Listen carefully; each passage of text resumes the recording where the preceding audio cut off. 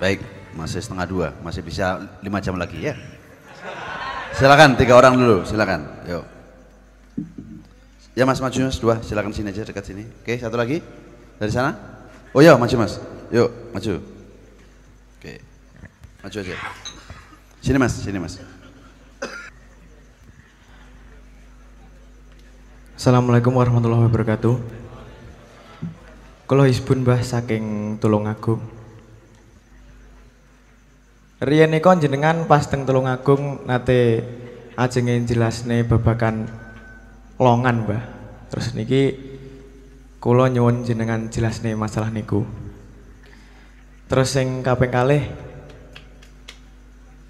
kan zaman kerajaan riyen niku siklusé niku berdiri kerajaan jaya, terus Kesroh, akhirnya runtuh, terus menerus seperti itu. Terus kalau kita belajar dari Arab, dari masa kekhalifahan dulu, itu siklusnya juga seperti itu, berdiri dinasti Kesroh, runtuh, berdiri lagi Kesroh, runtuh, seperti itu. Kalau sekarang kita ini karena sudah ada gen seperti itu, apakah kita sekarang ini dalam posisi Kesroh atau bagaimana, terus akhirnya nanti akan runtuh terus berdiri negara atau kerajaan baru seperti itu? Terus pun timbah, matur mawon. Assalamualaikum warahmatullahi wabarakatuh. Assalamualaikum warahmatullahi wabarakatuh. Ya maaf sebelumnya mungkin saya rada curhat. Pertanyaan pertama, nama saya Ferry, asal Sumombito, Melaras. Yang pertama, yang saya ingin tanyakan, saya kan bukan dari latar belakang Islam, sekolah juga SMP negeri, SMA negeri, langsung kerja, terus sering komunikasi sama teman pondok soal kadang ya, soal syariat, sering seneng tanya. Terus teman saya pondok itu mengatakan, kamu beliau kitab ini gitu, yang terjemahannya aja, terus disuruh baca. Terus saya tanya dulu, loh saya nggak ada latar belakang apa enggak, nanti tersesat atau apa gitu. Terus katanya dia, nggak apa-apa, yang penting baca aja, wong baca kok nggak boleh gitu. Ya itu yang saya tanyakan, menurut pandangan Mbah Nunnya itu gimana, boleh apa enggak. Terus yang kedua, itu saya lebih ke minta pertanggungjawaban sama Cak Nun ini. Tahun 2013 saya YouTube, awal mula lebih deket sama Mbak Nun, itu ada ungkapan dari Cak Nun yang membuat saya sampai sekarang menjalaninya. Itu yang manusia itu harus punya jubahnya sendiri, jadi harus dicari selain dari yang wajib. Akhirnya setelah saya mencari, saya ketemu puasa Daud. Ya maaf sebelumnya, itu dari 2013 alhamdulillah sampai sekarang. Tapi terus ada orang-orang sekitar saya itu bilang, loh kamu itu puasa gitu ada gurunya apa tidak? Terus kamu seperti itu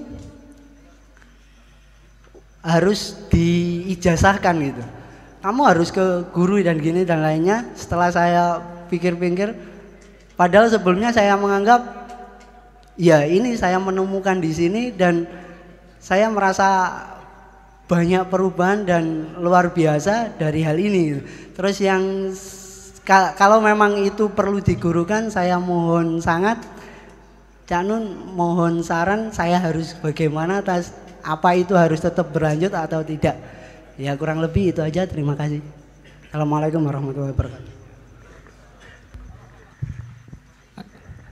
Assalamualaikum warahmatullahi wabarakatuh. Nama saya Medan Amrullah dari Mojokrapak, Tembelang, Jombang. Jadi yang saya ingin tanyakan itu seputar hukum Islam. Jadi begini Mbak Nun, hukum Islam itu kan punya kandungan sorihun likulli zamanin wa makanin. Jadi hukum Islam meskipun lahirnya itu di abad ke-6, tapi kandungannya itu sampai hari kiamat. Lah bentuknya itu tergantung dari si subjek atau si manusia itu. Lah dalam mengarungi bahtera dari zaman ke zaman tentunya akan menemui setiap pemikiran-pemikiran baru yang ada di luar Islam, terutamanya sains. Sains ini pemikiran dari barat, dan sains ini mampu berkontemplasi dengan hukum Islam. Sebagaimana kita tahu, ciri-ciri dari sains itu skeptis atau penuh dengan kesangsian, dan hukum yang ada di dalam sains itu akan berubah-ubah di setiap zaman, karena di setiap zaman itu melahirkan para pemikir-pemikir baru. Nah, jika ini sudah berkontemplasi dengan Islam, maka hukum Islam pun akan seperti itu. Kita menemui setiap zaman itu muncul pemikir-pemikir reformis Islam yang melahirkan pemikiran-pemikiran baru. Nah, jika ini dibenturkan kepada masyarakat, baik yang aksesnya kuat ataupun yang minim akses, seperti mohon maaf wilayah-wilayah pesantren yang memiliki kultur agamis yang kuat, dengan bahkan lembaga swadaya sekelas MUI dan organisasi Islam seperti FPI sekalipun, itu jika coba diintegrasikan pasti akan kaget, bergesekan, dan itu yang akan timbul kalau tidak sesat ya kafir. Jadi pertanyaannya simpel, bagaimana cara kita menumbuhkan kesadaran diri seobjektif-objektif mungkin, atau mengubah sikap egosentrik kepada empatik agar kita bisa menerima setiap pemikiran dari orang lain. Sekian, terima kasih atas waktunya. Wassalamualaikum warahmatullahi wabarakatuh. Baik, ada 3, mungkin Cak Fuad dulu. Oh, Cak Fathul Marid, Pak Muzamil dulu. Kaitannya sama ijazah tadi, mungkin sama guru. Pak Muzamil, jadi ini ada anak kita pernah mendengar saya ngomong tahun 2013 bahwa kon kudu ndolek jubahmu dhewe-dhewe. Terus dia menginterpretasikan jubah itu, kemudian dia merasa menemukan bahwa di luar syar'i yang mahdhoh, yang wajib, dia kemudian melakukan puasa Daud. Suatu hari dia dipertanyakan oleh temannya, "Loh, kamu punya guru apa enggak? Kamu punya mursyid apa tidak? Kok puasa Daud itu kan harus diijazahkan." Satu. Nah, jadi saya itu menurut Pak Muzamil bagaimana? Itu boleh enggak? Harus ketemu mursyid atau guru atau tidak, atau diteruskan puasa Daud? Yang nomor 2, yang kitab tadi, yang enggak begitu ngerti Islam karena sekolahnya negeri dan seterusnya, terus oleh temannya di pesantren diminta untuk membaca kitab tertentu lah ya, bukan Quran maksudnya, tapi kitab tafsir mestinya gitu. Nah, itu diteruskan apa tidak itu? Baik, terima kasih. Jadi gini, ada beberapa tradisi gitu ya. Dalam tradisi thariqah yang sangat ketat bahwa ini harus seizin syekh itu dalam tradisi thariqah ya, karena thariqah itu kan lembaga gitu ya. Tentu saja lembaga itu memang ada aturannya gitu loh. Contoh seperti kemarin Dandim mana Lebak, nah diberhentikan melatih FPI karena dia tidak izin kepada Pangdam. Nah, itu lembaga kata sebenarnya. Nah, di thariqah itu berlaku bagi orang yang menganut thariqah itu, gitu ya. Yang sampean bukan dandim, sampean melatih FPI nggak bisa dipecat, kan begitu. Nah, ini persoalannya, tertib di dalam sebuah lembaga ini maunya diberlakukan untuk semua orang meskipun orang itu tidak masuk dalam lembaga itu. Kalau sampai pengurus NU tingkat MWC kecamatan maka sampean itu ya harus patuh kepada yang tingkat kabupaten, patuh wilayah dan terus sampai itu wajar. Nah itu ya. Jadi pendekatan, tapi pendekatan kepatuhan bertingkat tadi tidak bisa diberlakukan secara umum, gitu loh ya. Bukan berarti semua orang yang tidak berada dalam lingkup itu ya boleh saja, gitu ya. Seperti itu sebetulnya. Ini persoalannya, ini mau dibawa keluar. Jadi kalau sampean masuk di situ, ya sampean harus izin kepada atasannya sampean. Tapi kalau sampean tidak, ya tidak. Nah kalau menurut saya, gitu ya, ya kembali kepada sampean, sama dengan orang bepergian, gitu ya, bepergian. Kalau belum tahu jalannya, ya tanya sama orang. Tapi kalau sudah tahu, ya ngapain tanya? Cerewet. Nah, yang seterti kok takon. Nah sekarang sampai kan gitu sebetulnya, ini kan, oh, ya orang yang belum tahu harus takon. Kalau perlu bawa supir, ya kan. Tapi harus tahu jalannya, bisa nyetir sendiri ya berangkat sendiri, nyetir sendiri. Kecuali butuh teman, nah kan hanya teman. Nah itu ya. Nah selanjutnya itu juga tidak harus. Terus tradisi thariqah itu setelah Imam Ghazali loh. Ya. Setelah Imam Ghazali, sampai tahu nggak sufi besar yang melahirkan banyak wali itu siapa? Imam Ghazali. Si Abdul Qadir Jailani itu pengamal ajarannya Imam Ghazali, ya kan? Jadi bukan di atasnya Imam Ghazali, si Abdul Qadir Jailani itu hidup belakangan. Sekarang saya tanya, bukan saya anti thariqah loh, silahkan selama itu thariqah tidak dimutlakkan. Sekarang saya tanya, Imam Ghazali itu masuk thariqah apa enggak? Ada enggak thariqah Ghazaliyah? Tidak ada kan?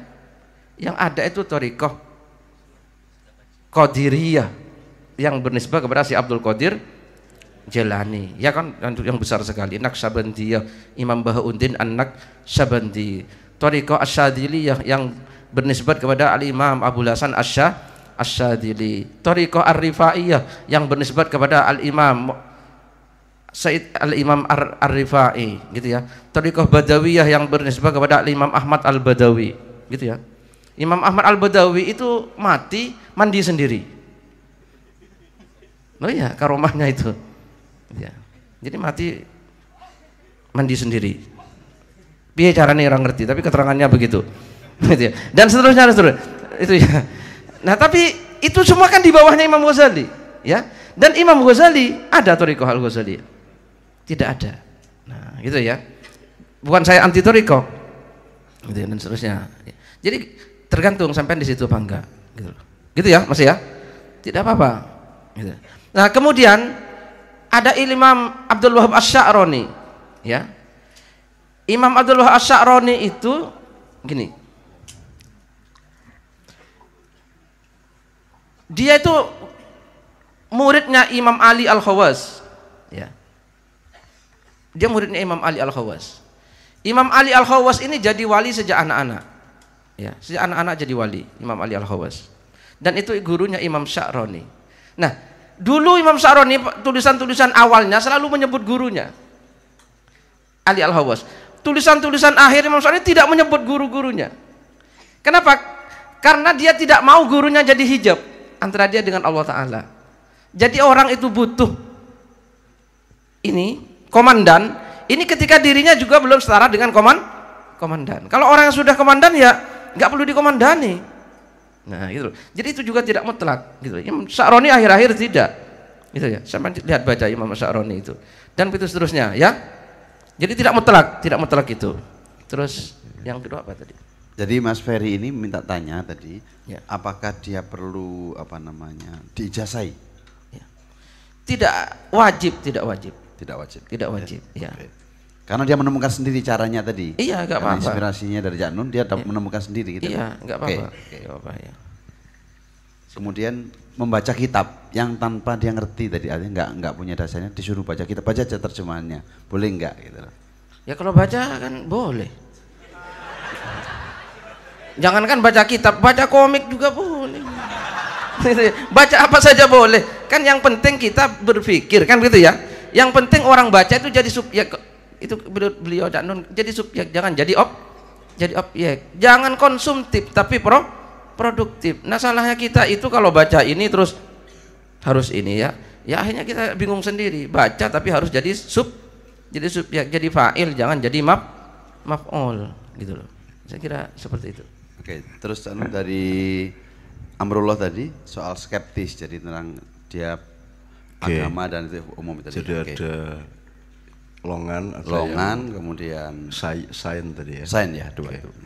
Tapi gini, aku nambahin dikit yang untuk puasa Daud ya. Jadi saya ini sangat kagum kepada teman-teman di Thariqat apapun yang saya tidak pernah memasukinya karena saya mungkin tidak punya kemampuan dan kedalaman batin seperti mereka. Jadi saya sangat hormat. Oleh karena itu saya menganjurkan Anda untuk tanya atau mencari gurunya. Nah, gurunya itu Nabi Daud.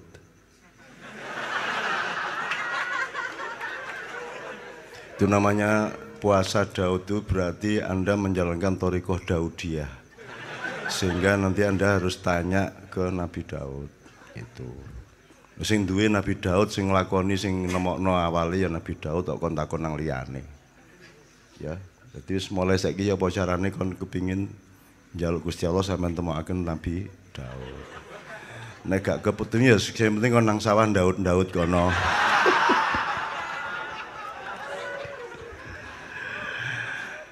Kuncinya sederhana, lakon poso ngono iku lillah toh, tidak untuk mencapai dunia, tidak untuk cita-cita, untuk ghoyah yang tidak biridullah kan gitu. Ya wis gak ono masalah menurut aku. Nek ancene kate takon aku setuju, takono nang sing penemune. Ya toh, sing ngawali yaitu Nabi Daud kan. Ngono ya. Engko kon gendeng terus nang sawah, oh Daud. Oke, itu ya. Tapi dengan tetap saya menghormati teman-teman Thariqah karena saya tidak pernah mampu. Aku gelek mlebu-mlebu ngono kuwi tak lebon-leboni ngono kuwi ndi-ndi wis segala macam. Dan itu tidak hanya dari Islam. Saya di Amerika itu saya mengembara sampai ke Thariqah-Thariqatnya Protestan Korea, sampai ke Bagawan, sampai ke Hare Krishna, aku tak leboni kabeh. Sampai saya mendapat fasilitas banyak sekali. Dipikirnya saya pengikutnya, aku lak nggodho-nggodho ae. Ilmumu sing sak pira ae kok tak jukung wis ngono wis. Kon ngomong apa ya aku wis roh. Wong aku wong Jawa. Wong Jawa iku tukang tambal ban filsafate dhukur. Ya ta, Mas? Ya. Iya, wong tambal ban wis ta wis apa ae tukang becak iku terus ngomong filsafat top wis. Jadi kita ndak akan kaget dengan semua itu. Mulanya awakmu ojo terus dadi arek sing kagetan. Wong kutek-tekmu dhewe ora mung golek-golek dhewe, sing penting lillahi taala kan gak ono masalah. Itu loh. Apa nek kon sembahyang 5 waktu kudu ketemu Kanjeng Nabi sik terus taren. Ya napa Kanjeng Nabi sampeyan izinaken kula lho. Wis tak kongkon ket biyen wis kali lakonono. Mun jawabane padha kabeh engko. Gitu ya. Kemudian sing longan. Coba Anda belajar biologi ya. Badan kita itu 2/3 itu ruang, bukan benda. Jadi kelihatannya padatan-padatan ini nanti kan ada sel-sel, ada atom-atom, ya, ada yang paling nano, yang paling kecil, itu di dalamnya ruang. Jadi Anda itu lebih banyak terdiri dari ruang daripada materi. Maka kalau ruang itu kamu tidak perhatikan, ya saiki ngene mergo materialisme akhirnya orang merasa hidupnya hanya dengan padatan-padatan. Dadi nek Islam ku sing didelok engko serbane, sing didelok simbole, sing didelok identitase kan gitu.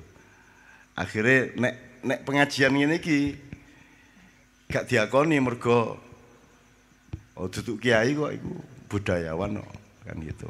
Jadi sing didelok dadi undur mangkola wala tandur makola. Itu loh. Kon bener kaya apa tetep kon gak bener.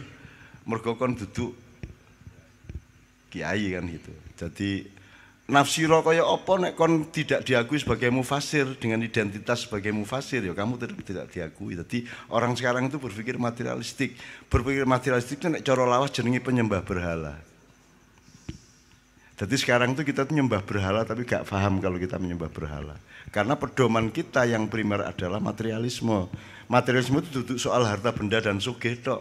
Materialisme itu maksudnya caramu memandang itu berdasarkan materinya. Mulanya saiki diskusi kan materi pertama ngono toh. Lu kurang ya apa oleh kecolongan itu. Materi pertama ini, kedua ini kan gitu. Wong jelas itu rohani kok materi. Wong ilmu kok. Misalnya peran pemuda dalam pembangunan kan ilmu, bukan materi itu. Kok disebut materi? Karena seluruh pendidikan sekarang itu adalah materialistik.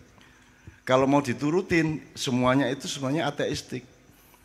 Karena kalau Anda jadi orang ilmu, Anda pakai sistem akademis dan prinsip-prinsip ilmu modern, Anda tidak akan mengakui segala sesuatu yang tidak bisa dibuktikan. Kan begitu.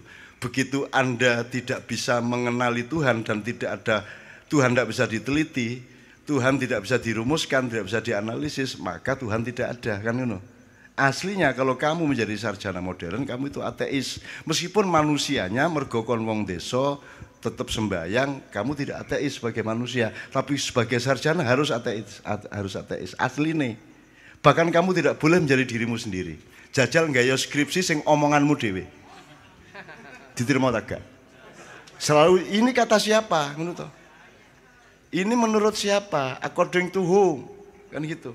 Jadi kon gak oleh berpendapat dewe, kon kudu menjadi tukang kutip. Catatan kaki, loksit, ibit, apa ngono iko. Ya toh. Jadi kamu harus menjadi epigon, kamu harus menjadi peniru, kamu harus muqallid. Ya kan gitu. Jadi sarjana modern itu al-muqallidin. Orang-orang yang membebek, tidak boleh menjadi dirinya sendiri, kudu menurut iki baru jadi sarjana. Nek kon ngarang dewe, loh, sapa kan iku? Lah ngono ta. Nah, karena cara pandangnya begitu. Ketika dulu krisis ekonomi tahun 98, Sabrang tak kon mulai brang, aku gak iso biayai brang, mulya brang. Gak iso iki awakmu kuliah terus di Kanada gak ndek dhuwit iki aku. Larang saiki regane iso 10 kali lipat ya. Terus Sabrang menjawab, "Oke, aku tak bali ning aku njaluk siji." Apa? Ojo dikongkon kuliah ning Indonesia. Lah, dadi ora kuliah kowe. Ya ora apa-apa nek jan ora kuliah ning kene ya ora apa-apa, tapi aja dikongkon kuliah ning Indonesia. Oke, ning aku njaluk alasanmu apa? Nek alasanmu masuk akal, tak kabulkan. Terus Sabrang menyatakan, bedanya di Indonesia sama di Kanada. Kalau di Indonesia itu, kalau di Kanada itu, kamu diberi hak untuk menyatakan dirimu supaya mereka tahu siapa kamu. Ya. Tapi kalau di Indonesia, mereka harus tahu siapa dulu kamu baru boleh bicara. Cetok ya Mas ya? Nah, kita jangan begitu. Ojo terus karena kamu belum punya identitas, belum diakui, terus ngomong dianggap gak bener. Enggak. Orang itu dengarkan supaya kamu tahu dia bener apa tidak. Supaya kamu bisa menggelari dia. Saiki kan yang penting ulama, masih gak iso apa-apa ya tetap ulama. Kan begitu. Makanya sekarang presiden atau ketua partai itu cara pandangnya begitu.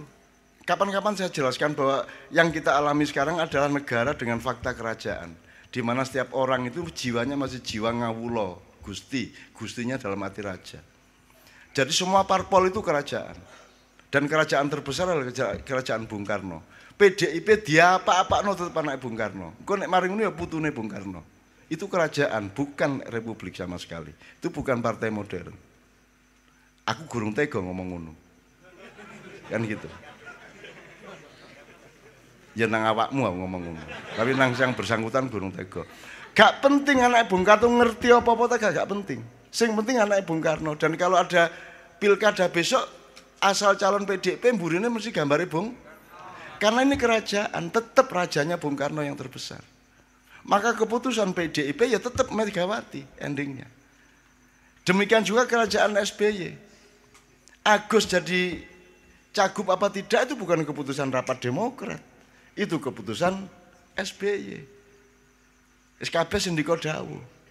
Maka Haritanu bikin kerajaan. Kan begitu. Semua bikin kerajaan sekarang. Nah, saiki kari rakyatnya goblok tagak ngono tok. Monggo saya enggak ada masalah dengan itu semua. Karena ngawulo tidak pasti jelek. Ngawulo itu memang hakikat hidup manusia itu ngawulo. Ngawulo itu bahasa Arabnya ibadah. Cuman orang goyah, wasilahnya dianggap goyah itu loh. Mestinya kamu mengabdi kepada raja karena rajanya mengabdi kepada Allah. Sekarang kamu mengabdi kepada raja meskipun rajanya tidak mengabdi kepada Allah. Kan itu sekarang. Jadi faktanya tetap fakta kawulo. Anda jadi rektor pun ingin menjadi dirjen toh. Anda jadi sarjana, jadi dokter kan ingin ngawulo nek iso ya dadi staf-staf menteri sopo kan gitu. Tetep ngawulo sumantri ngenger nek cara wayang. Nah, nyuwun sewu ya di keluarga saya di sini. Di Menturo di Padang Bulan itu. Kita menempuh keberanian untuk tidak menjadi apa-apa. Ayo apa-apa kan. Ojo meneh kok dadi apa? Gak dadi apa-apa lho wani aku. Ya toh? Aku nek disebut duwe masa, aku duwe masa, tapi gak tahu aku gawe masa aku tak gawe apa-apa. Wong aku gak lapo-lapo wani apa meneh lapo-lapo. Kita mboten Mas. Aku gak soge wani apa meneh soge. Gak ngono. Aku gak duwe apa-apa Mas. Padang Bulan kedian mek ngene iki.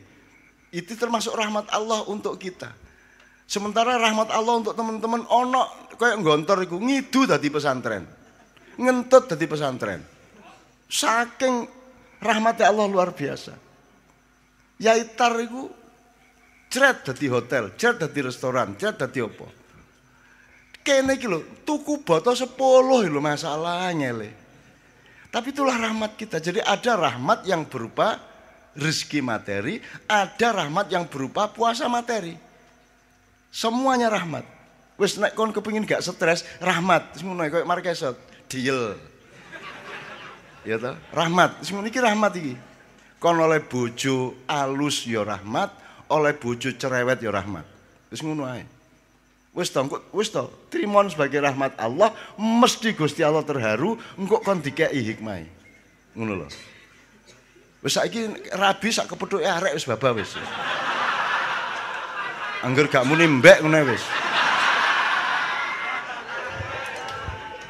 Sing penting kabeh rahmat ngono ya. Lho aku gampangno sampean uripe iku. Dadi itu mau ilmu modern, mau filosof Amerika, mau Yunani, mau Arab, mau Cina sama kesimpulannya. Bahwa hidup itu bukan masalah bagaimana keadaan hidup di luar dirimu. Masalahnya adalah bagaimana kamu menghadapinya. Betul enggak? Itu ilmu maiyah. Jadi yang penting awakmu ku ngadepine ya apa, duduk barang iku ya apa. Masih area ayu kaya apa nek caramu ngadepi salah ya gak enak. Nggih ta mboten? Dadi sing penting caramu dhewe ya apa. Metodemu ya apa, cara berpikirmu ya apa, dedeg tagak patrap tagak lah ngono. Nomor 1. Nah, maka termasuk buku tadi tergantung awakmu sebagai subjek. Maca gak apa-apa, maca komik ya oleh kok. Gitu loh. Kan gitu. Jare Pak Muzamil, apalagi kok nek kon engko iki aku mulai tanggal 1 Februari kan saya nulis daur lagi dan saya akan menafsirkan Iqra tok. Iqra tok sing tak tafsirno wis. Mbungkuk sampai 300 tulisan mbok pira, koyo wingi 309. Tapi pokok Iqra tok. Ah nanti saya urai Iqra iku Iqra tok lho kon gak iso nafsirno. Kan ojo wani-wani dadi mufasir kon. Iqra tok lho gak iso nafsirno kon. Iqra tok itu bisa menjadi 100 buku tebal, 1000 buku tebal. Iqra tok. Gurung sampai bismi rabbik. Gurung sampai bismi rabbikal ladzi khalaq. Iku 100 buku lagi, 1000 buku lagi. Jadi yang penting awakmu ya apa. Jadi wocon sak karepmu. Gitu loh. Ojo terus kok obong terus kok gawe kopi kok ombe. Cek sakti. Oke ya. Saiki sing longan, makanya yang longan tadi, makanya ngene lho rek, nek dalam teater, kon misal iki ya, iki ngene iki rek.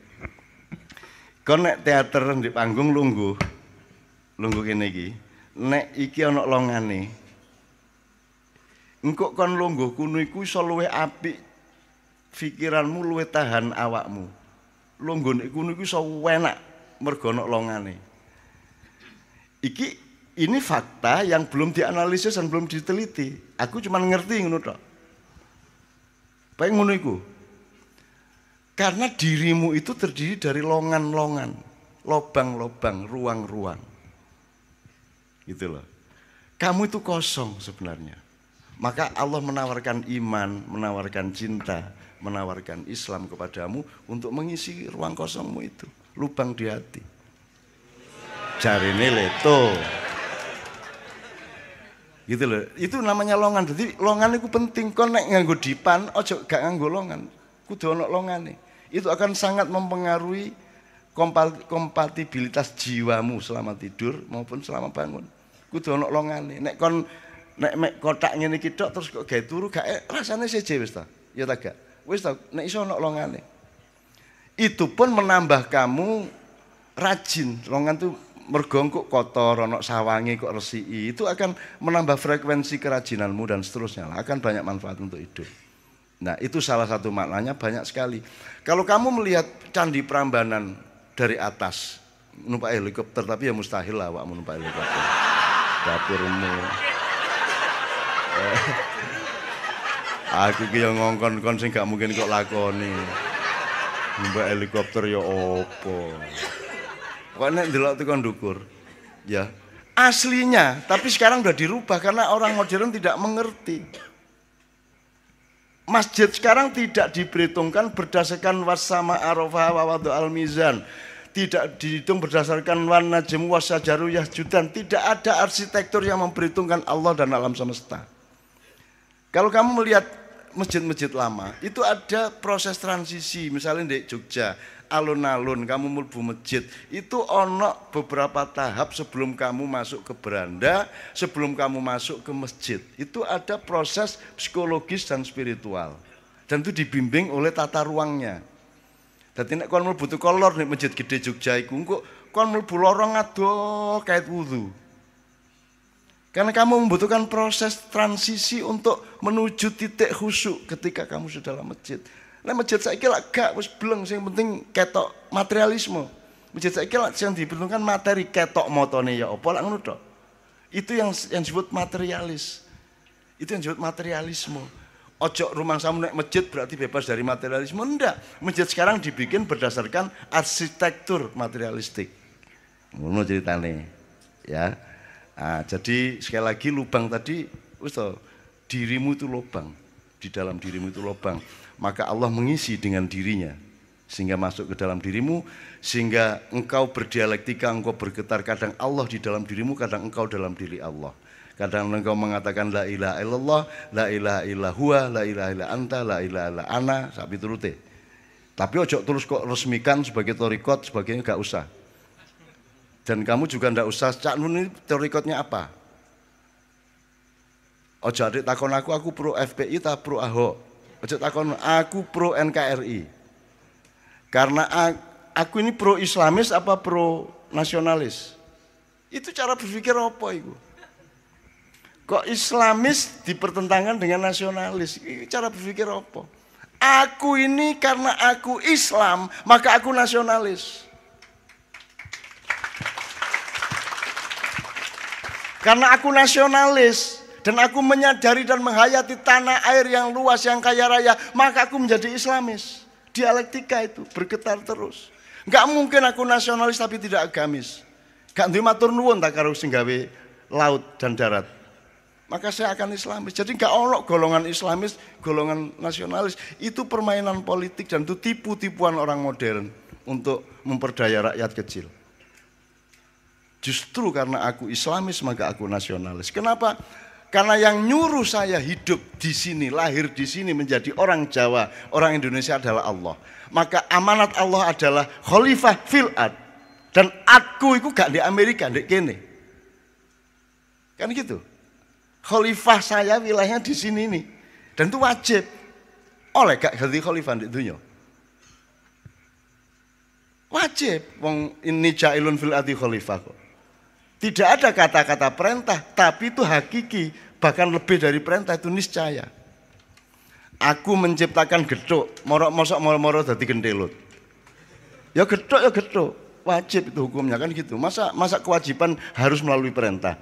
Kewajiban bisa melalui keniscayaan syar'i. Jadi syar'i itu maksudnya tidak hanya ibadah mahdoh, syar'i bahwa terembesi dari terembesi, jati dari jati. Itu wajib hukumnya. Jadi mari kita memahami hukum itu tidak hanya secara hukum. Hukum itu Anda pahami secara ilmu dan keadilan. Maka tidak ada supremasi hukum. Hukum itu tidak supreme, hukum itu tidak utama. Hukum itu cuman furu, alat. Yang usul itu keadilan. Gitu loh. Adil. Gitu. Makanya sekarang kalau ngomong hukum, konstitusi, segala macam dalam maknya sebenarnya sudah cukup lengkap. Kesehatan lengkap, ekonomi lengkap, semua sebenarnya lengkap. Akan dipraktekkan atau tidak, monggo. Saya bukan organisator dan saya tidak akan memobilisasi Anda. Dan kalau saya suatu hari mengalami peperangan, saya nggak akan ajak Anda. Lalu apa aku ngejak sampean apa jenenge? Adus gede. Aku ijen ae. Ijen itu maksudku kuat ijen bangane wong akeh. Kene gak percaya ana rombongan wong 50 terus paranono karo wong 20 mesti gelut ya. Tapi nek kok parani ijen gak wani. Parani ijen kok pendelingi ngene. Bingung mikir toh, iki ijen kok wani ya. Iki mesti ana backing-e iki, sapa ya? Iki mesti sakti iki. Kebal iki. Ngono mikir, ketika dia mikir iku bleng pelurumu ngono lho rek. Ngono carane. Jadi perang itu ada urat leher, ada tangan, ada kaki, ada senapan, ada sniper. Perang itu yang terbaik itu ya perang urat leher kan gitu. Tapi aku gak kepingin perang lah. Aku gak. Ya terus lobang wis saiki sing Tulungagung mang sing ya wallahu alam itu sunatullah. Ya Gusti Allah kan gak menungso ya ngono iku ancane ketok. Kate ya apa? Ya dinikmati ae. Ya senjane mek ngono iku alah dapurane ae sing ngono iku tok alah. Sawangane sekolah ae sembembet ngono ae. Wis mek ngono iku tok. Kurang apa lho? Andalusia, kurang apa Cordova ya toh? Kurang apa Islam di Spanyol kayak begitu dahsyatnya? Kurang apa ya jebol. Tapi dinasti yang terlama kan dinasti Fir'aun. Sampai 1300 tahun. Jadi nek kon kate gaya-gayaan cek kalah karo Fir'aun. Fir'aun pembangunannya ya top. Infrastrukturnya top. Gak perlu utang-utang sakmono kae. Gak perlu ngedol-ngedol sembarang melet-melet. Gitu loh. Tapi hancur juga. Loh. Mungkin itu siklus terserah Allah. Kita ndak kon aja merumuskan. Nek kon merumuskan misalnya ono siklus 20 tahun di Indonesia. 45 65 75 78 95 98 terus hingga 2015 2018 iso mungkin itu siklus dan rute waktunya jelas iso tapi nek kok rumuskan nek Gusti Allah ngene alah tak rubah didik tak tunda babah cek kecil arek-arek semaring ngono awakmu gak peduli siklus akhirnya kalah kalau innallaha ala kulli syai'in qadir kan tetap kalah kabeh kon wis sugih kaya apa sehat kaya apa tetep kabeh kalah karo yang Cak Fuad mengatakan terpercaya kepada qadha dan qadar itu tetep wis kon lara kaya apa gurung karuan mati kon sehat kaya apa moro-moro mati iso kon urip sawenake dhewe gelandangan di Jogja jenenge Mardanus jenenge Yudi iku kancaku lawas gelandangan ke zaman buwian melaku sampai gak adus mungkin wis 20 tahun wis gak karuan tapi sehat walafiat pikirannya ya cerdas ku ya ono gak masuk angin gak loro iki loro gatel gak ya apa coba ya apa ya sementara kene iki didik loro gamoh ngono iku kan gitu ya jadi wis kabeh kalah dengan qadha dan qadar. Gitu. Ana sing uripe tertib menurut teori kedokteran, wis gak mangan iki ngene sakmene wis kanker moro-moro.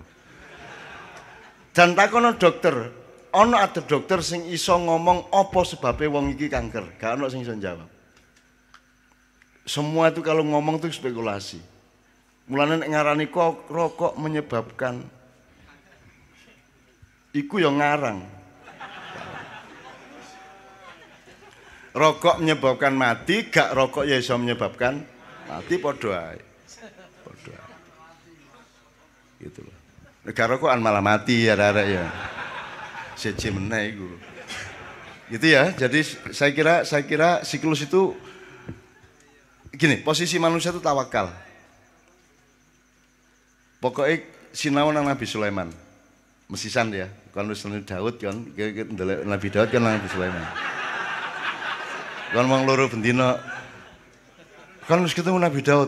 Mestinya Nabi Daud ya ono Nabi Sulaiman bareng kan. Mesti bareng wong loro iku kan itu. Jadi mulai saiki bareng ya wong loro ya. WA-WA-an ya apa wis ketemu Nabi Daud durung.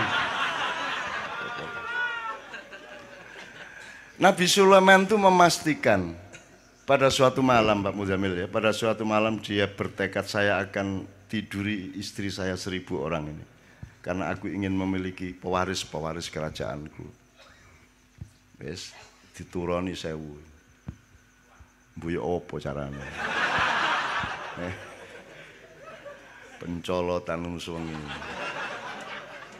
Ya Allah, bojo 1000. Aku pingin urip zaman iku aku. Ya apa itu? 1000 ya, Mas.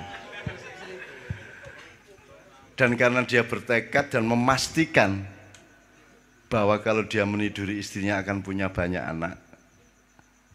Gusti Allah, lho kon langitmu kon iku sapa? Ngono jare Gusti Allah. Akhir kan sing meteng, Mas.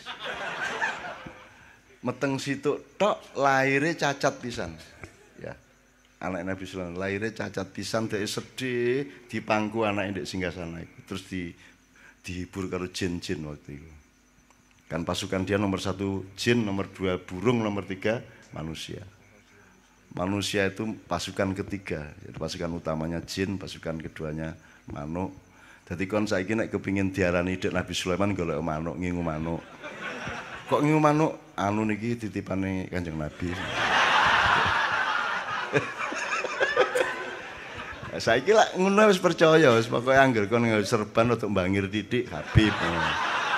Ngono saiki wong saiki gampang kapusan, gampang percaya ngono ya. Nah, terus Nabi Sulaiman mengeluh kepada Allah, ya Allah gini terus naik ke Allah bahasa saya ya.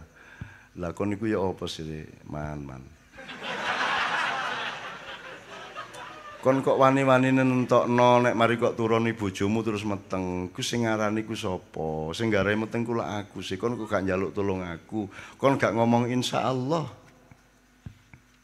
Salahmu kon gak ngomong insyaallah. Ngono lho. Jadi kata insyaallah itu luar biasa pentingnya. Sampai nek wong NU saiki iki sembarang insyaallah. Gitu? Saking pentingnya.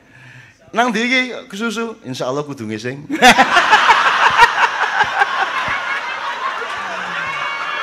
Arek Yesus. Sembarang insyaallah ya. Ya apa Zainul almarhum. Nul ya apa sida nang Jogja insyaallah mboten Cak. Ya sembarang insyaallah arek. Wis gak apa-apa lah saking ideke karo Gusti Allah. Artinya saya tidak menganggap itu negatif lah. Iku saking ideke karo Gusti Allah sembarang insyaallah kan. Ya apa utangmu? Ya insyaallah sik kathah, Cak.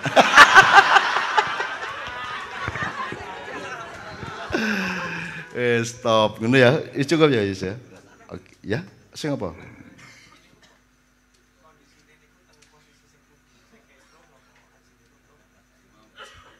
Oh, negara kita sekarang itu loh, gini aja. Salah satu tema rahmat itu yang tadi saya runding sama Cak Fating ini. Tidak ada bangsa di muka bumi yang mendapat ujian sebesar dan seruat bangsa Indonesia. Ya tak kare. Ya ta gak? Wis menurut angel wis. Angel pol wis. Dioperasi kene kena, dioperasi kene kena, disuntik kene kena. Wis dokter gabungan gak iso. Ya ta? Apa artinya? Karena ada rumus la yukallifullahu nafsan illa wus'aha. Berarti salah satu kemungkinannya adalah Allah itu sangat menghargai bangsa kita. Sangat mentakdirkan bahwa bangsa kita itu memiliki ketangguhan sedemikian rupa. Yo mentale, yo pikirannya, yo awake, sak piturute punya ketangguhan dan punya tingkat kesabaran dan pasrah yang luar biasa kepada Allah, sehingga dikai ujian sampai kayak ngene abote iku gak ledeh-ledeh arek. Guyang-guyu aja. Ono barang sing wis iku digawe dagelan karo arek. Wis langsung metu. Apa jenenge? Apa iku kuat-kuat ta gambar-gambar iku langsung metu. Meme-meme nus langsung metu. Iku Indonesia. Iki sabrang saya bisa cerita. Jadi sekarang telolet itu kan seluruh dunia itu. Dan ku wong-wong bingung sak dunia iki apa to Indonesia iki? Apa tuh? Wong mek bengok nang sopir bis terus. Ngono ki yo gawe kabeh wong Italia yo gawe ya to. Ngono lho. Mereka tidak tahu bahwa itu salah satu outlet namanya kalau dalam ilmu kedokteran. Outlet itu ngene rek. Dadi nek kon ku pegel nemen ku ana salah satu bagian dari badanmu yang akan menanggung. Misalnya kon terus kenemu ngeluh kenemu, utawa sikilmu kemeng gitu. Jadi pokoknya ada salah satu dari anggota badanmu yang menanggung. Itu namanya outlet, gitu ya. Jadi makanya di Indonesia itu yang paling booming itu kan kuliner. Panganan itu ya Allah macam-macam. Warung sih jenenge sambel didata coba. Cowek, sambel, dapur, pawon, wis datan sak Surabaya, sak Jombang, sak Jogja, datan. Pokoknya kabeh iku badokan. Dan itu sangat laris, ya toh? Laris. Di Jogja itu kan gak sampai 10 meter ana warung. Warung iki sing tuku sapa? Wong-wong gak tahu gak duwe kompor ta ndek omah iki. Warung. Salah satu teorinya adalah itu kalau dalam bahasa Jerman namanya Nervenfrost. Nervenfrost ku nek wong wis ngelundase iku mangan ae. Dadi iki wong sak negara iki kira-kira iku ndase kate pecah kabeh. Kompensasine iki yo mbadok kae. Dadi laris kuliner itu. Kreativitas makanan iku penyet pirang macem. Apa penyet. Jane penyet iku ya apa sih ya mek dikenek ngene tok lho. Ya tempe utawa lele dikek sambel dikenek ngene. Lha ngene dhewe lah iso sih. Tapi dengan kata penyet itu menjadi brand, menjadi komoditas yang sangat tinggi nilainya mergo ana kata penyet iku. Jadi sensasi ndelok ndek ndukur piring iku wis ana tempe sing diledeno nganggo sambel. Padahal kon ngledeno dhewe ya iso. Ngono lho. Dadi menungsa kok nemu mubeng-mubeng, Dik. Mubeng-mubeng nek gak percaya wis kon. Aku tahu kalau Kartolo mari Makiyahan terus Kartolo dijak nang ndi? Apa jenenge iku rek? McDonald. Dadi nek kon nang warung iku lak dilayani arek. Teh panas, Bu, terus digawekno set disuguhno sak lepeke. Lha nek McDonald agak kon dikeki gelas karo banyu panas dikeki teh ndek pinggire kon dikon ngudek dhewe. Terus jari Kartolo, aku iki tuku dikon gawe dhewe.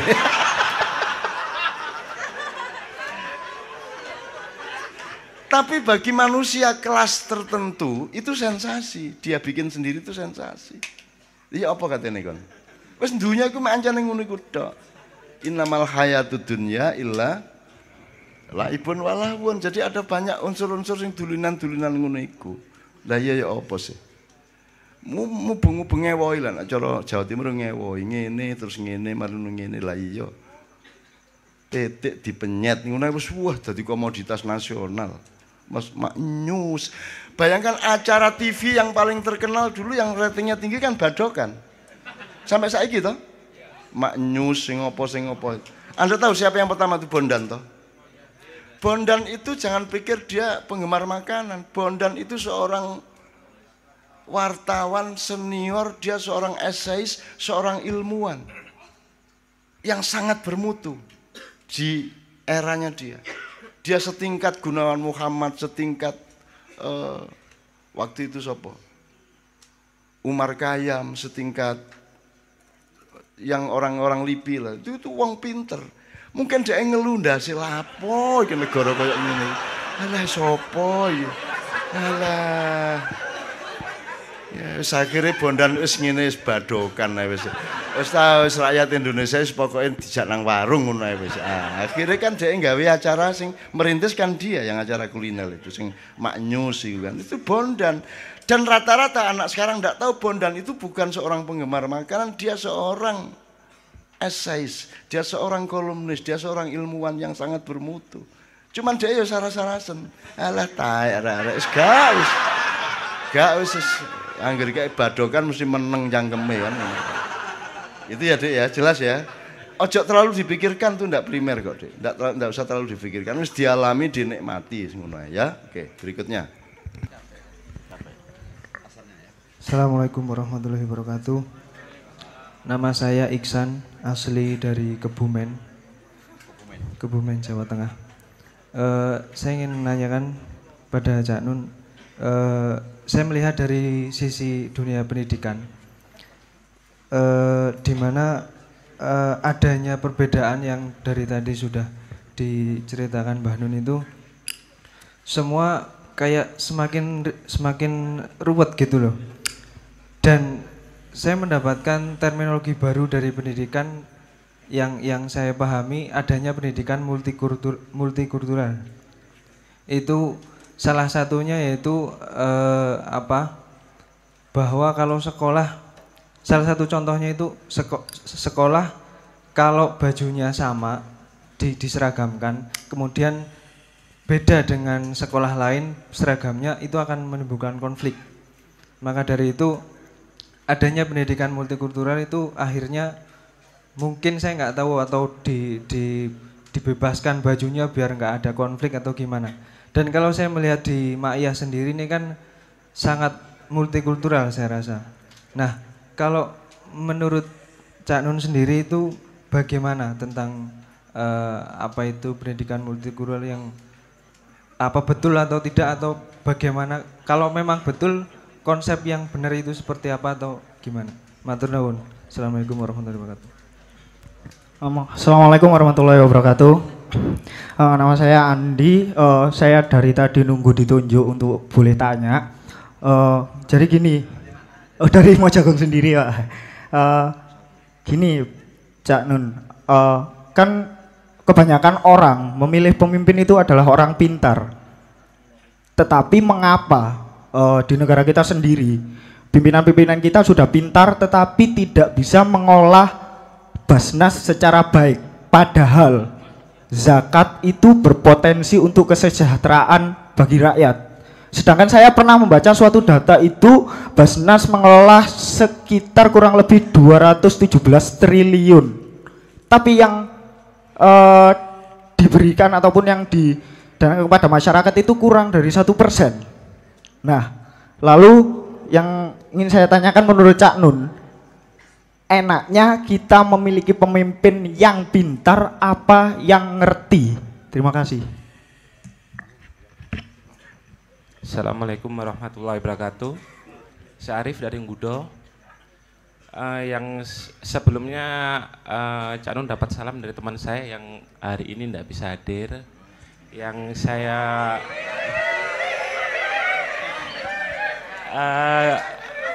beberapa hari lalu saya melihat YouTube tentang segitiga cinta yang diupload di YouTube itu kan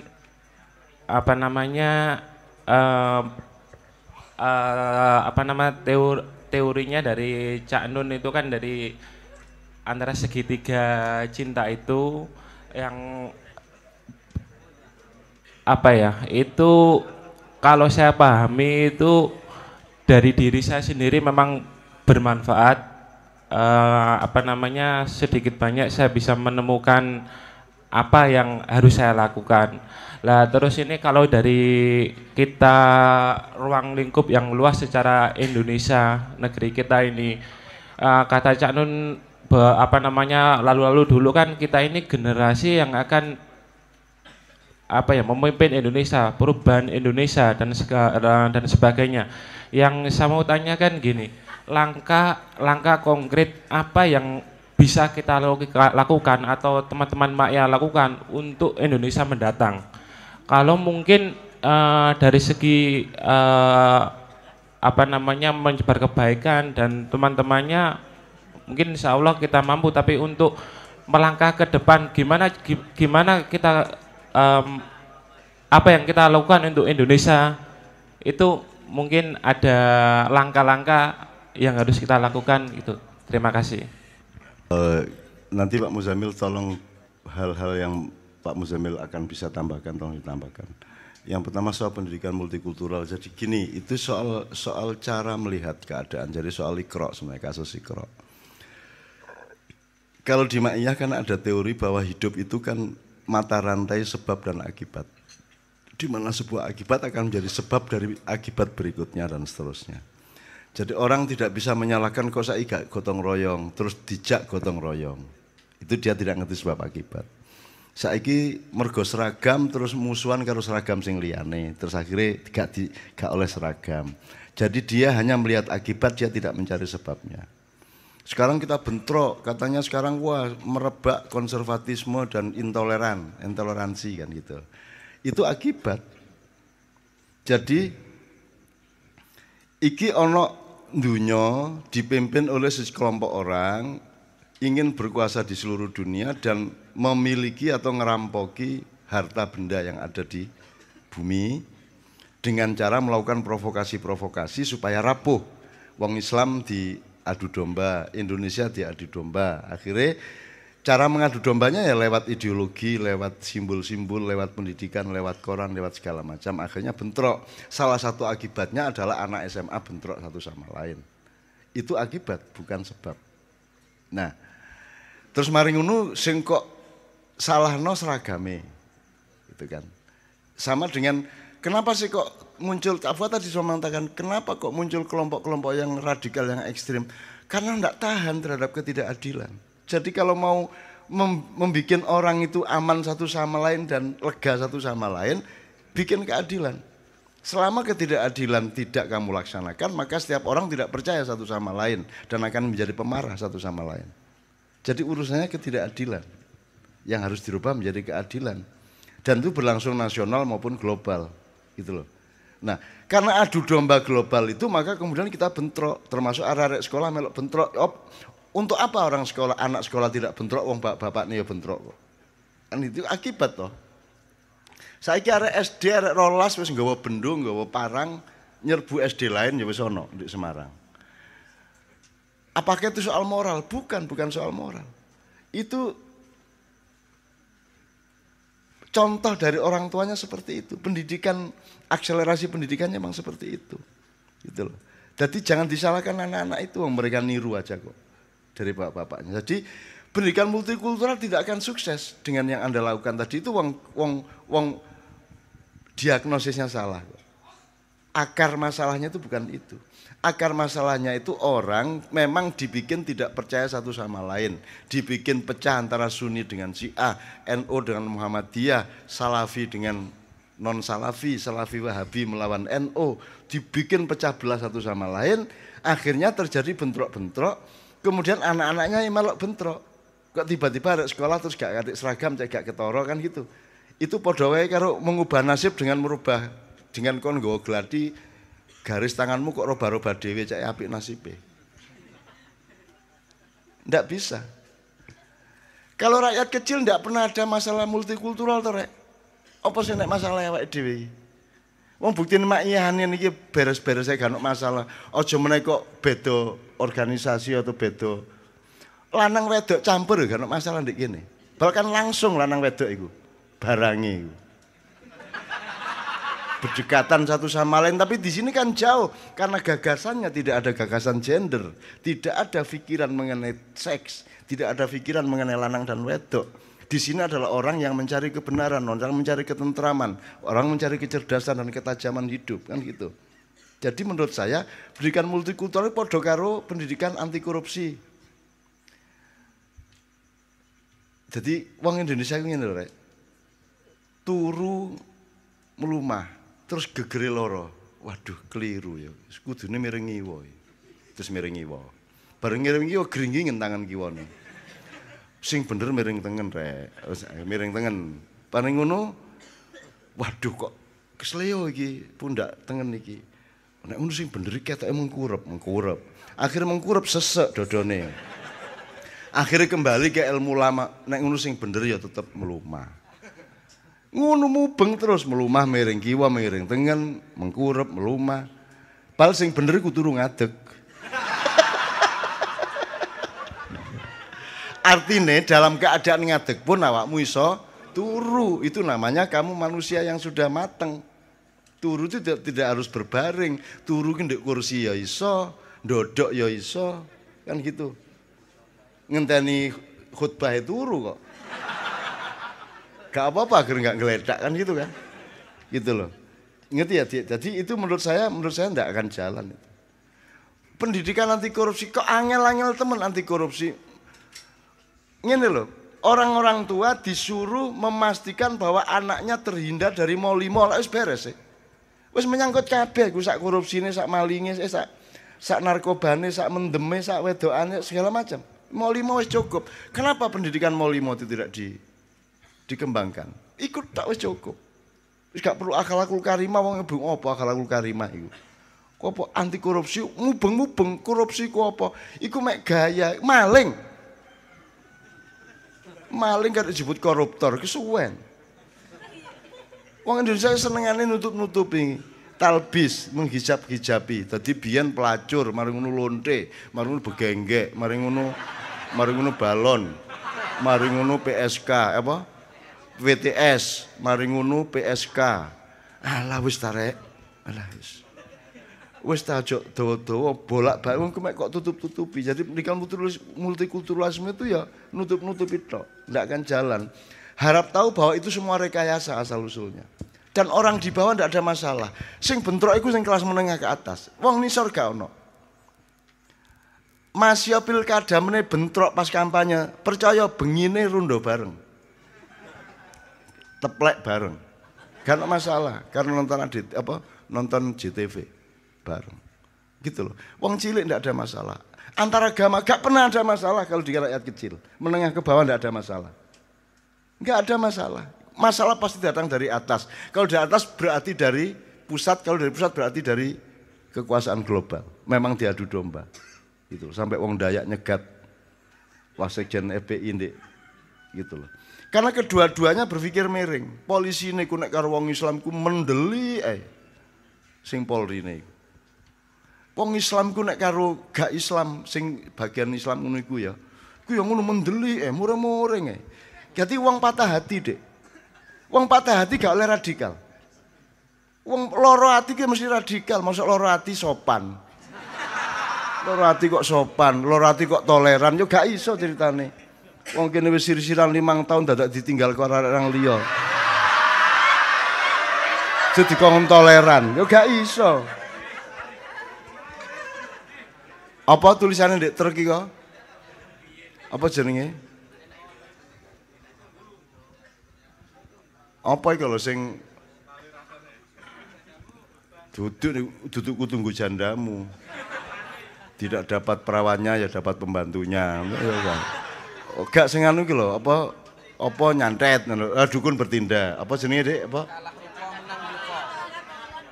Kalah rupa menang dupa ngono kuwi. Lah nyantet ya radikal, ya toh. Jadi radikalisme itu jangan dimarahi seolah-olah dia itu muncul dengan sendirinya. Radikalisme itu akibat dari ketidakadilan dan sakit hati yang terus-menerus, yang tidak pernah ada jalan keluarnya. Dan orang Islam memang dibikin radikal supaya bisa dijelek-jelekin terus. Mulane kono aja radikal guyun. Ngono lho guyun. Mas sampean pun adik nggudo-nggudo lho. Engko lo santet temen lo sampean. Sampean milih napa? Kula gak ya orang-orang pun jero sik. Weteng sampean kaya apa wis. Sampean milih. Tak kula kaya baskom tendas sampean. Tak kula jebukno keranjang lak dele weteng sampean. Tapi karo guyu ngono lho. Nek kon punya kedewasaan dan kematangan seperti itu akan terhindar gitu loh. Tapi tetap diurus ketidakadilannya. Maka harus mengerti konstelasi yang terjadi. Kamu anti Indomaret. Yang katanya satu Indomaret membunuh 80 pedagang kecil. Terus kon gawe Indomaret yang namanya 212 Maret. Engkau sing kok dol padha ae karo sing di Indomaret. Lah ya padha ae. Berpikir bisnis harus hulu sampai hilir dong. Kan gitu. Kecuali kon dhewe nggawe pangananmu kok dol dhewe dengan tingkat standarisasi dan kualitas dan kebersihan seperti di Indomaret kan ngono. Kanca-kanca Dieng yang pariwisatanya bagus itu sambat nang aku, Cak, ini bagus pariwisata sudah luar biasa ini penghasilannya penduduk. Cuman minta tolong jangan sampai ada hotel berbintang di sini ngono kan. Sambat nang aku mayan ndek kono. Jalan keluarku ya apa? Saya tidak akan melakukan radikalitas dengan bikin supaya Pemda bikin aturan tidak boleh ada investor masuk sini. Enggak gitu. Investor masuk itu karena dia memberi barang yang baru yang tidak ada di situ toh. Nek kon wis nggawe dhisik, investor ya gak payu lah ngono. Mulane saiki dulur-dulur nek sampean gak kepengin ono hotel berbintang di sini, aku njaluk homestaymu, penginapanmu harus standar berbintang. Jadi wong nginep di omahmu iku kerasan. Lah nek kon iku gombal ndek nggone kunci ya. Umba-umban. Ya sapa sing kate nginep nggonamu terus kon nglarang hotel berbintang. Orang cari hotel berbintang supaya terjamin kenyamanannya, maka rumahmu, homestaymu harus dibikin nyaman seperti hotel berbintang. Baru hotel berbintang tidak masuk. Kono ojo wedi karo setan. Ndak usah anti setan, nek kancane beriman lapo wanita setan mlebu lak ngono sih. Gak usah aku anti setan. Kan ndak usah ngono. Nek kon beriman gak kira setan teko lak ngono sih. Kene kakean sumbar. Kakean sumbar kakean wis koyo wayang.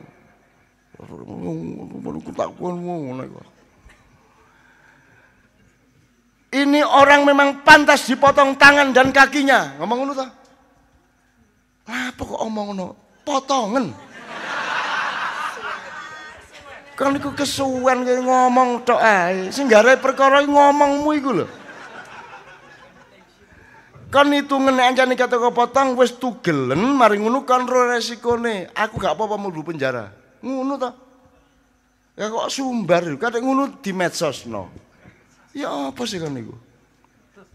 Kate nglamar arek wedok kondo-kondo. Ya apa sih? Ya arek wedoke menghindar. Teko nggawa jajan, bapakmu bapak kok rayu gawakno rokok. Ngono. Aku duwe kanca, aku biyen berempat karo Ebit, karo Ekok, karo Karta. Ekok iku bareng anake wis perawan-perawan iku mendelik angger malam Sabtu sore iku mendelik. Iki mesti anakku diapeli. Wes bayangno dadi wong lanang duwe anak wedok diapeli ayu to, mahasiswi gitu. Kan gelisah bapak. Terus piye nesu kowe? Ora. Ning aku mendelik. Aku mau mendelik. Ngorok ora. Dadi mendelik iku pokoke nek sing ngapel gak nggo rokok diusir karo dhek. Lho ngono arek-arek iki. Glethek ae pol-polane. Ono ae menungso ya ngono. Ini dia ya, jelas ya. Jadi menurut saya tidak bagus-bagus juga sih misalnya saiki sapa yai sapa nggawe pesantren multikultural, ono ndek kene asrama Kristen, asrama Buddha, asrama ngene.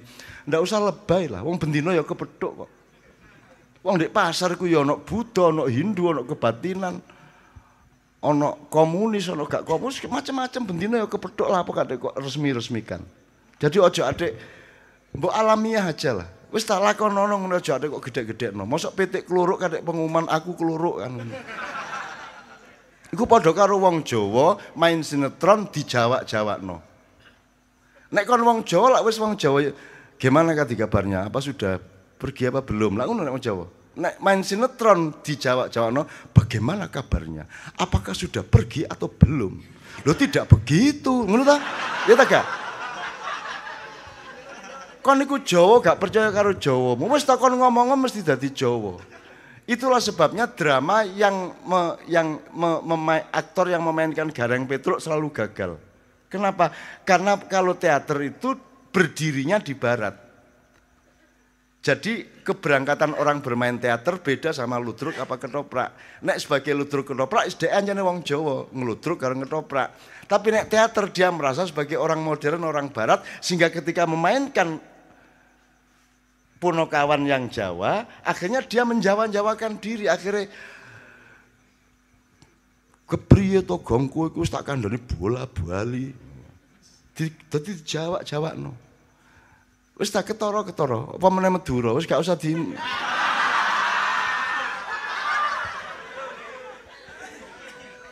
Wong ndek Madiun nih, ternyata ono perguruan anyar. Selama iki lak aruhe pencak silat. Di Madiun ono pencak silat. Pencak silat. Ono pencak silat iki Madura ya. Pencak ya pencak. Selawat ya selawat ya. Gusdur.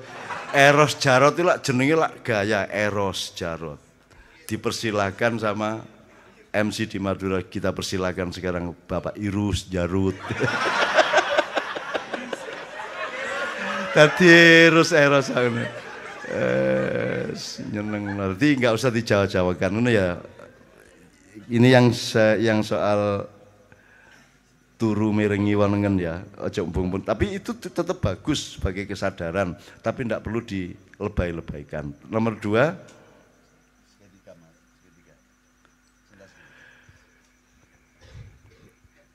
cinta segitiga itu sebenarnya satu retorika aja untuk memperbarui kesadaran, refreshing. Sebenarnya kan semuanya sederhana, yang penting tawakal karo Gusti Allah ngono tok jane.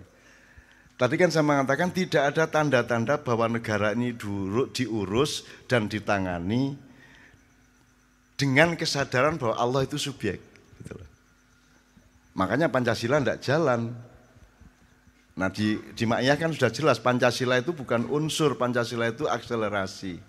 Sila pertama melahirkan sila kedua mengaplikasi sila ketiga memproduksi sila keempat, goalnya adalah sila kelima kan ngono. Enggak pernah terjadi goal kelima, sila kelima itu kan keadilan sosial, enggak pernah terjadi. Mergo sila keempat itu pemerintahnya enggak pernah bener. Pemerintah enggak bener berarti sing gawe pemerintahan sing salah, pabrike sapa DPR, parpol. Kan gitu. Berarti DPR enggak bener pabrike. Apa sebabnya? Mergo sing gawe pabrik iki biyen ya salah, yaitu dunia pendidikan.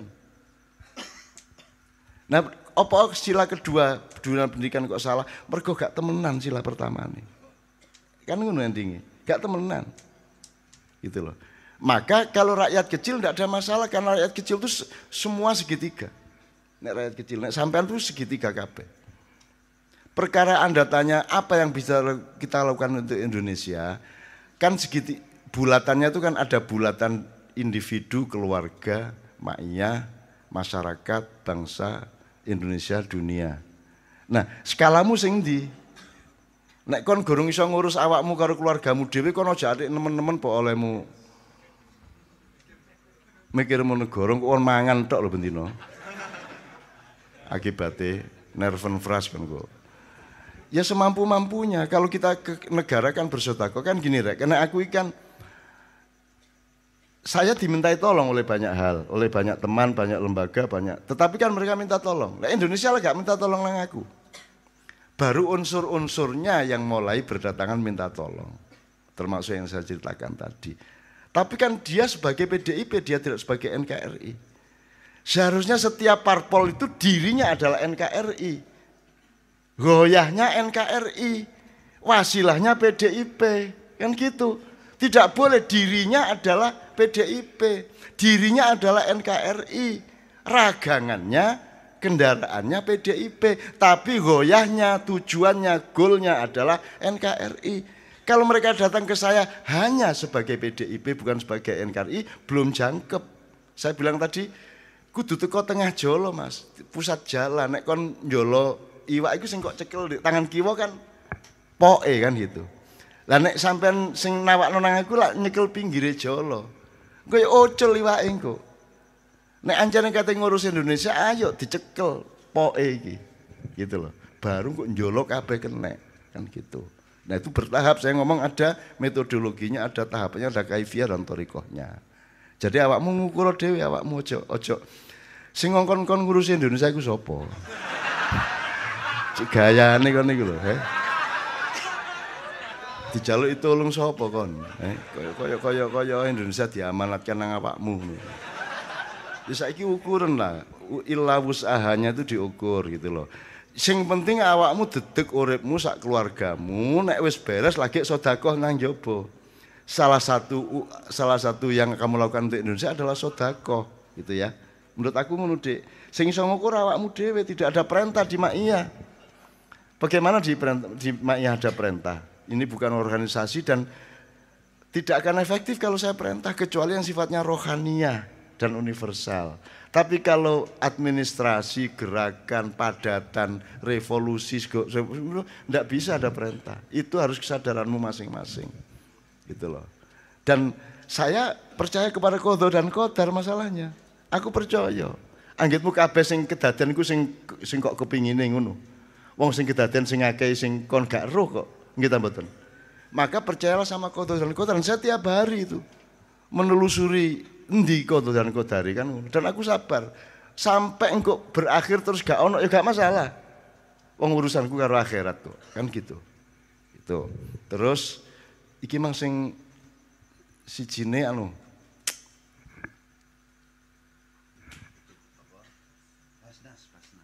Basnas ngene ya rek. Ini ketidaktertataan cara berpikir baik secara rasional universal biasa maupun apalagi secara Islam syar'i dan filosofi dalam konteks Islam. Ada ketidaktertaatan. Jadi misalnya kalau di Maya sudah kita ketahui sing profesi ku mek telu, ziroah, sina'ah, tijaro. Jadi nek dokter duduk profesi, guru duduk profesi, pegawai negeri duduk profesi. Terus ya apa carane duit lho? Duwike sing tanggung jawab negara. Duit sing tanggung jawab pasien. Lah ngono to? Duit sing tanggung jawab sekolahan. Kon ojo mulang mergo golek duit. Kok mlebu sak kelas lumayan 150. Jadi niatnya bukan niatnya ibadah. Dan mesti oleh, nggak percaya sama rizkinya Allah. Seluruh korupsi dan ketidakberesan Indonesia ini asal usulnya adalah ketidakpercayaan massal terhadap rizkinya Allah. Mereka tidak percaya kepada kasih sayangnya Allah.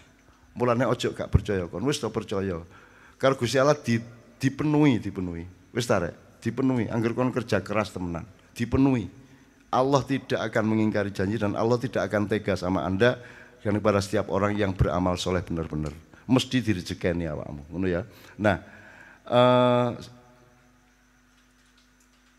apa gimana? Yes. Basarnas ya, sik.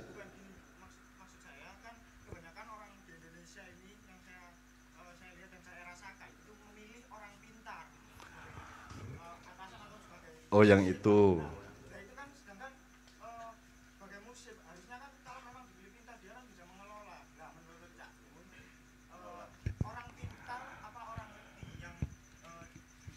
Wes iki soal terminologi lagi. Kita kembali ke ilmu Ma'iyah lama. Kalau dulu kan ada pertanyaan, ono wong pinter, ono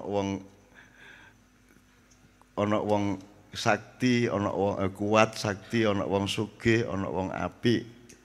Sing ndukur endi, paling ndukur endi.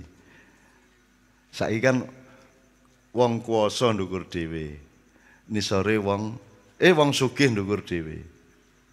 Wong sugih. Mergo nek sugih gampang kuwasa kan gitu.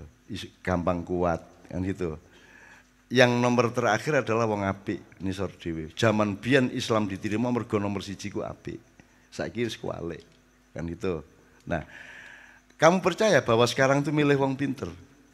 Yang mana dari kualifikasi proses kepemimpinan dipilih itu yang memfilter iki wong pinter agak sing ndi? Jadi saya bisa mengatakan bahwa kebanyakan orang memilih orang pintar itu ketika saya mulai masuk ke dalam masyarakat dan setiap saya mendengarkan obrolan.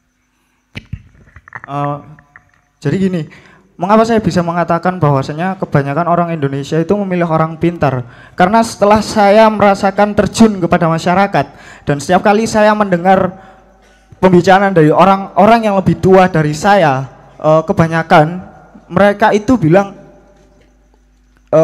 cara Jawane ngeten ya, wis milih iki ae, iki pinter, iki kok ngene. Nah, gitu ya. Pinter bahasa Indonesia tapi pinter cara Jawa.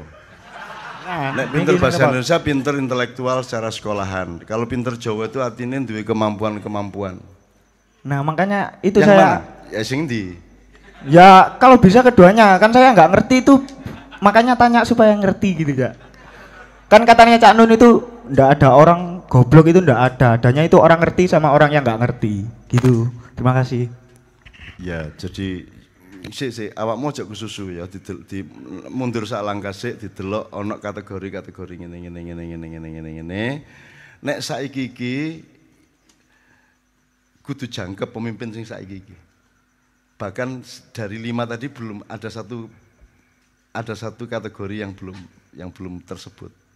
Jadi saiki iki nek pinter tok gak cukup, kuat tok gak cukup, sugih tok gak cukup, kuwasa tok gak cukup. Ya, sakti tok gak cukup.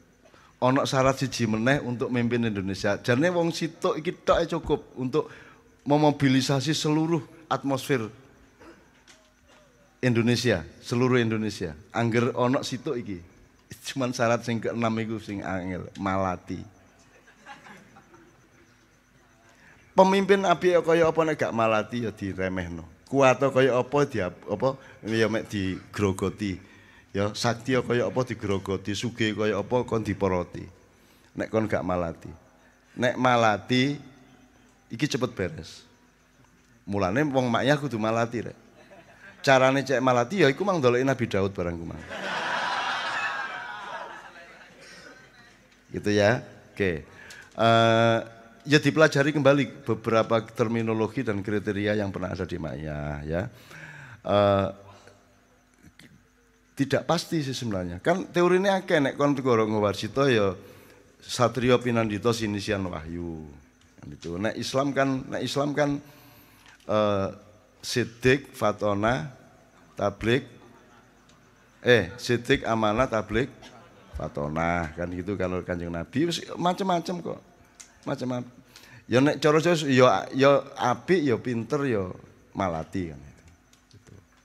Nek gak malati ya. Dadi nek malati maksudnya lho, setiap menteri sing kate dadi menteri ku dijak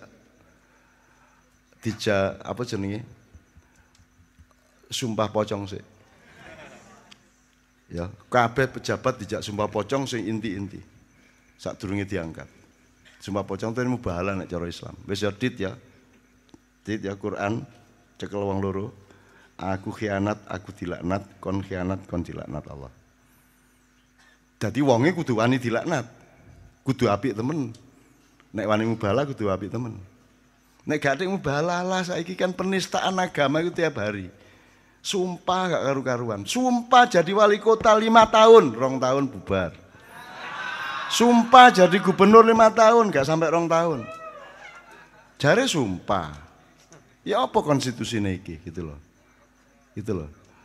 Nek aku dikon milih, Dik. Nek aku dikon milih aku mau aku ngurusi kayak ngene iki.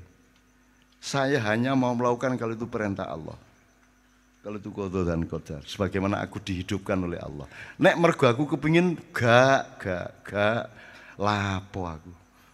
Lapo ngurus.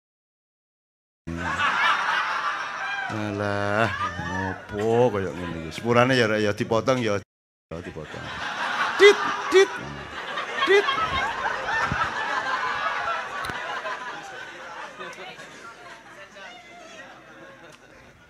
Lah sing cocok apa? Masa aku ngomong lah apa ngurusi subhanallah ngene iki. Gak cocok. Lah ngono arek. Timbangane aku ngomong kafir. musyrik kan kok tambah multikultural meneng kok. Tapi nek ngomong gak ana urusan iku, ya. Apa gak ana dolek kitab ndek ono. Dari apa Pak? Kitab misalnya apa? Kitab dari Nahjul Balaghah sampai yang mutakhir apa? Lisanul Arab sampai sing gampang-gampang Bulughul Maram, Dzurratun Nasihin, dolek ono kata nek ono. Dadi aja adek ngukumi apa-apa. Endi kitabe? Lah iku butine meso. Lah menurut sampean, menurut jamaah iku duduk meso, itu bahasa yang penuh kemesraan.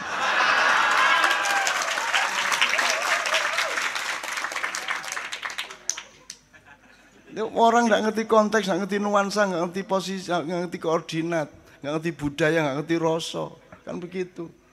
Mosok ngono diganti Allahu Akbar.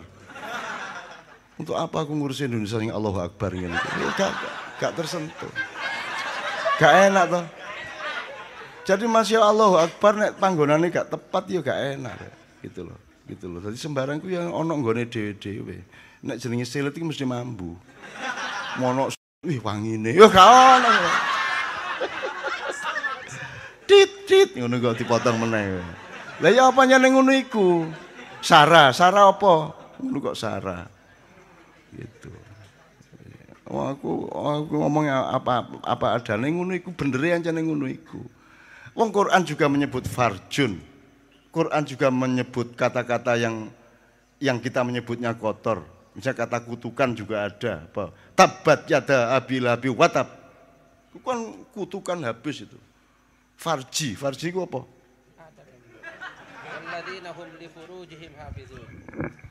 Walladzina hum li furujihim hafizun. Dan orang-orang yang bisa menjaga farjinya.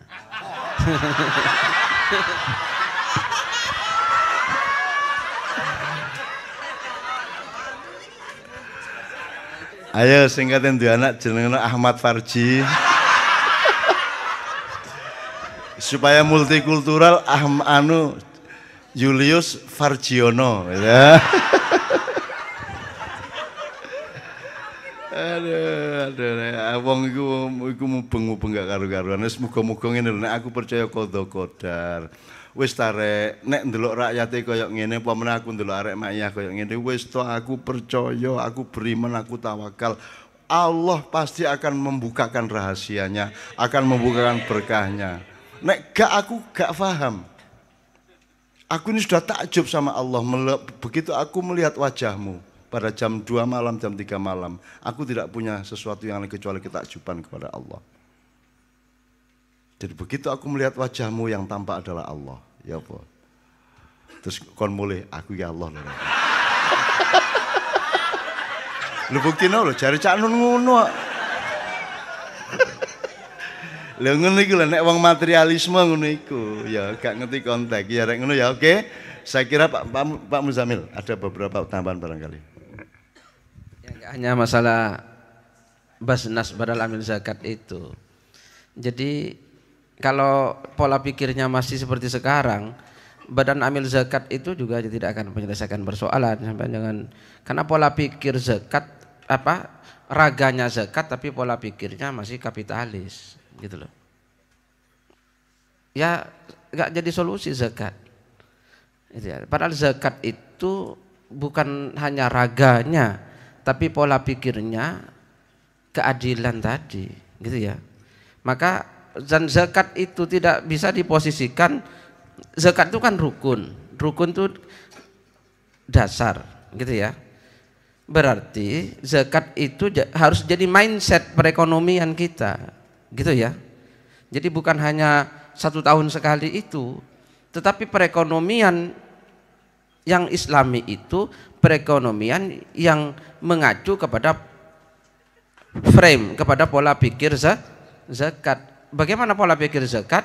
Pola pikir zakat itu kaila yakuna dulatan baginal aini minkum, itu esensinya. Jadi bagaimana jangan sampai harta kekayaan hanya berputar-putar di kalangan orang kaya saja.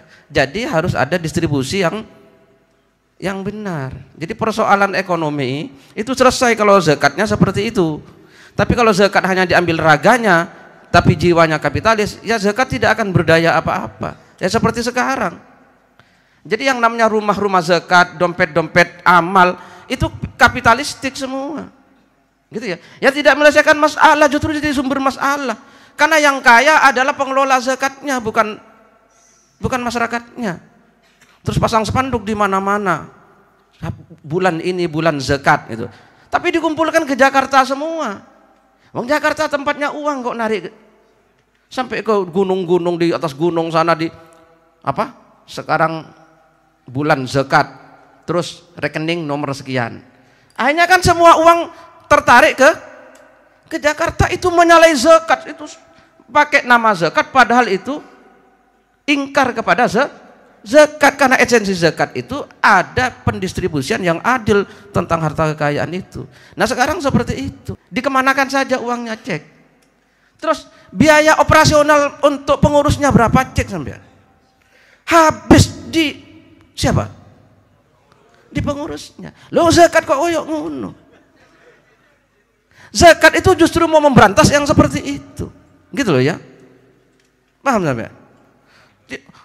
TKW, TKI yang ada di Tiongkok, di mana? Taiwan, di Korea dimintai set. Ya kan?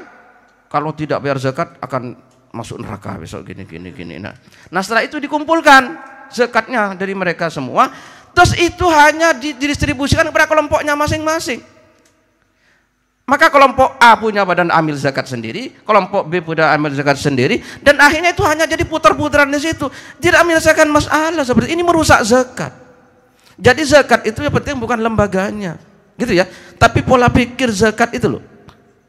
Itu loh, pola pikir zakat itu apa? Jangan sampai kekayaan berputar-putar di sekelompok orang. Kalau seperti itu zakat akan jadi solusi, gitu loh ya. Kalau seperti yang ada sumber masalah. Terima kasih, gitu. Saya nambah dikit ya soal Bazas apa? Basnas. Ini dek, saya tidak ngarani, tidak nuduh, tapi gini. Saya menganjurkan kalau urusan zakat, sodako itu batasi lokal saja. Jadi sak desa wis gak masalah wis. Tapi ojo sak kecamatan, ojo sak kabupaten, apa meneh sak negara. Apa meneh lewat rekening-rekening. Nek menurut saya, aku gak mengatakan mereka tidak bisa dipercaya, tapi nek sak desa iso kok delok lah, iso kok kontrol. Kalau tingkatnya sudah kabupaten sudah mulai gak bisa dikontrol.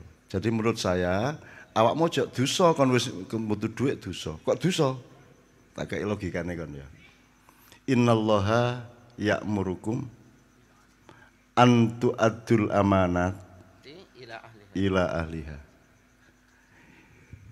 Jadi yang bisa tersangkut dosa bukan hanya orang yang dititipi, tapi juga orang yang menitipkan. Kan di situ rumusnya jelas. Hendaknya Allah menyuruh kamu untuk menyampaikan amanat kepada ahlinya. Jadi kamu punya kewajiban untuk mengidentifikasi ahlinya atau bukan. Iki wong iso dipercaya ta gak? Ngene mboten? Saiki nek kon titip jambu karo pelem nang bedes. Ku sing salah bedese ta dapurmu.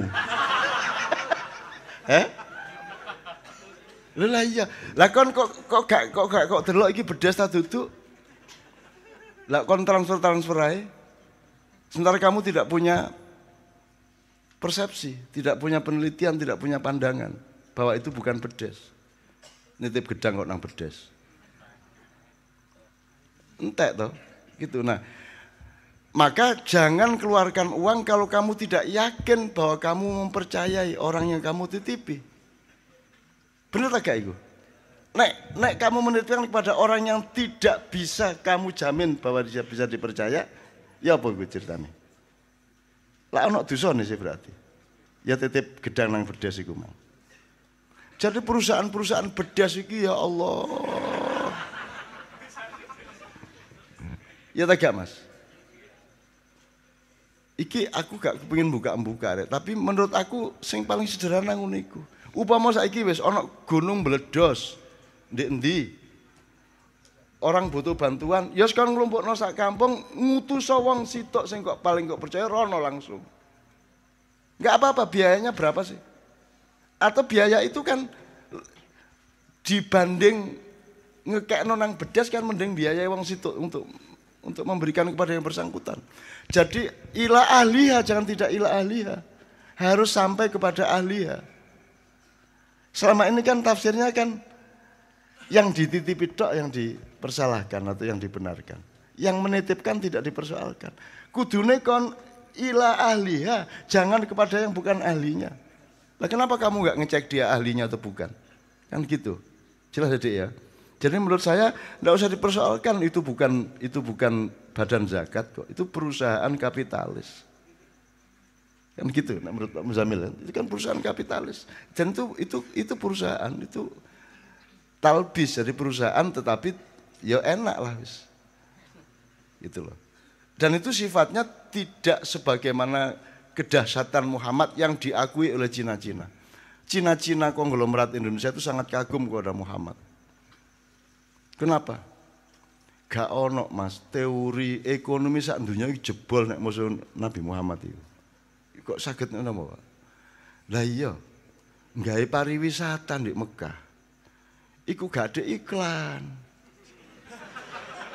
Gak ada memperbaiki pelayanan atau gak. Wis pokoke uang mesti teko kabeh, bayar piro ae gelem, dihapusi cake berkah.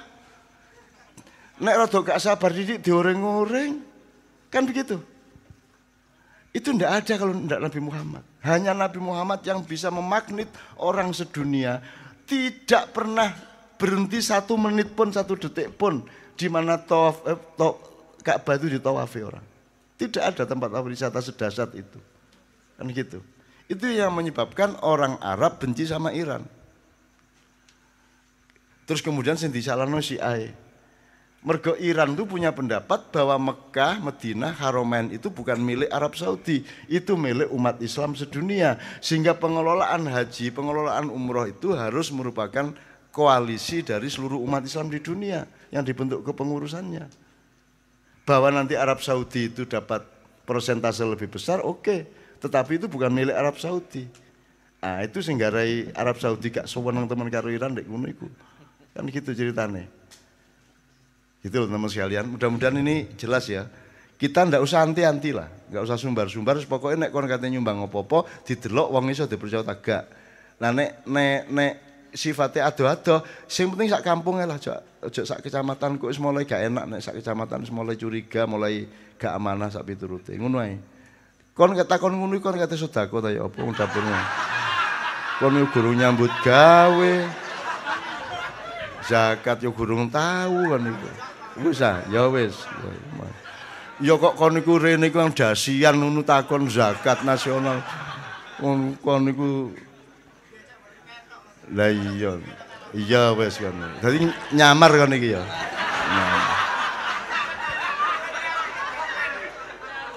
Nyamar kok gak beda karo asline. Asline melarat nyamarnya melarat cek diarani gak melarat kan itu kan. Padahal melarat temen gak apa-apa rek, melarat itu rahmat. Amin ya rabbal alamin ya. Sugih apa meneh ngono lho ya. Ngono ya. Melarat itu sugih apa meneh lah ngono sih. Anjane ngono, kita masih jasad, masih materi, tapi tidak boleh materi menjadi kunci atau dasar dari perhitungan hidup kita di dunia. Ngono ya rek ya. Alhamdulillah muga-muga ini semua masih sampean gurung paham saiki tapi wis nyantol oleh Allah kemudian dijadikan zat-zat yang mengaliri darahmu.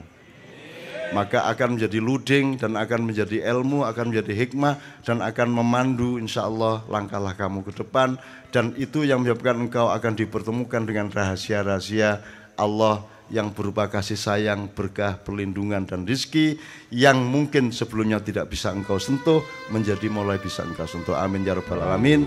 Aku njaluk sepuro salah-salahe misu-misue, tapi itu semua insyaallah demi kemesraan kita bersama.